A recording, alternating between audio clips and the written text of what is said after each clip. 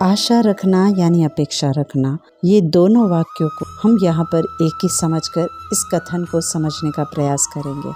जब किसी से अपेक्षा या आशा रखते हैं तो इसका अर्थ होता है हमने जो भी किया है उनकी हम कीमत मांग रहे हैं, जबकि संबंधों में कीमत का कोई मूल्य नहीं होता।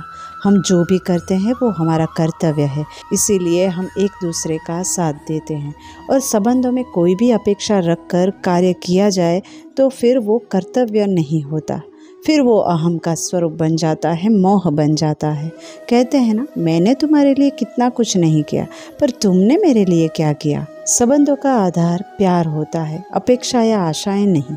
जब आप संबंधों में प्यार करते हो तो फिर उनके लिए समर्पित भाव आता है, कोई आशा नहीं। अगर ऐसा होता तो भगवान श्री कृष्ण को माता यशोदा और पिता नंद जी ने गोकुल छोड़कर जाने को नहीं कहा होता, क्योंकि माता यशोदा और पिता नंद जी ने उन्हें बेटे से भी बढ़कर प्रेम किया था। तो क्या उन्होंने श्री कृष्ण से कोई आशा रखकर प्रेम किया होगा? श्री कृष्ण अपना कर्तव्य पूर्ण करने के लिए मथुरा चले गए, और अगर माता यशोदा और पिता नंद जी आशा रखते तो उन्हें गोकुल जाने देते। प्रेम तो कृष्ण भी उतना ही करते थे अपने माता पिता से। ऐसा एक और उदाहरण हम श्री राम का भी ले सकते हैं। श्री राम को जब 14 वर्ष का वनवास हुआ था तो क्या वे चारों भाइयों की इच्छा या अपेक्षा नहीं होगी? माता सीता के साथ उनकी बहनें, क्या उनके अपने ससुराल में कोई आशाएं नहीं होंगी? पर फिर भी एक दूसरे के प्रेम के कारण, सम्मान के कारण, परिस्थिति अनुसार समर्पित भाव से सिर्फ कर्तव्य का निर्वाह किया। इनसे बड़े संबंधों का उदाहरण हमें और कहाँ से मिल सकता है?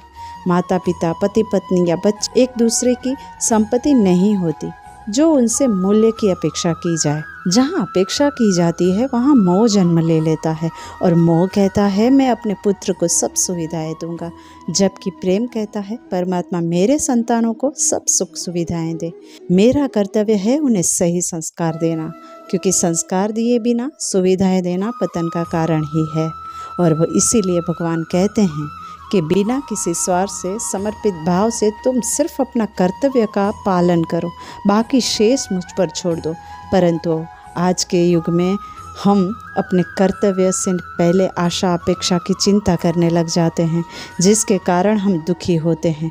इसीलिए आशा रखना यानी दुख का कारण कहा गया है, और निस्वार्थ भाव, समर्पित भाव को निराशा कहा गया है, जो कभी आपको विचलित या दुखी नहीं करती।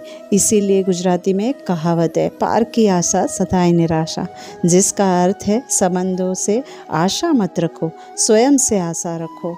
संबंधों में रखी आशा हमेशा निराशा ही देगी, क्योंकि संबंध हमारे भाग्य से बनकर आते हैं, जो हमारी आत्मा उनसे कर्म चक्र को पूर्ण करने के लिए ही बांधती है।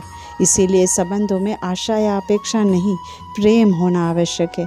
प्रेम होगा तो सभी अपने अपने कर्तव्य स्वयं ही समझ जाएंगे, फिर तो सुख आ ही जाएगा।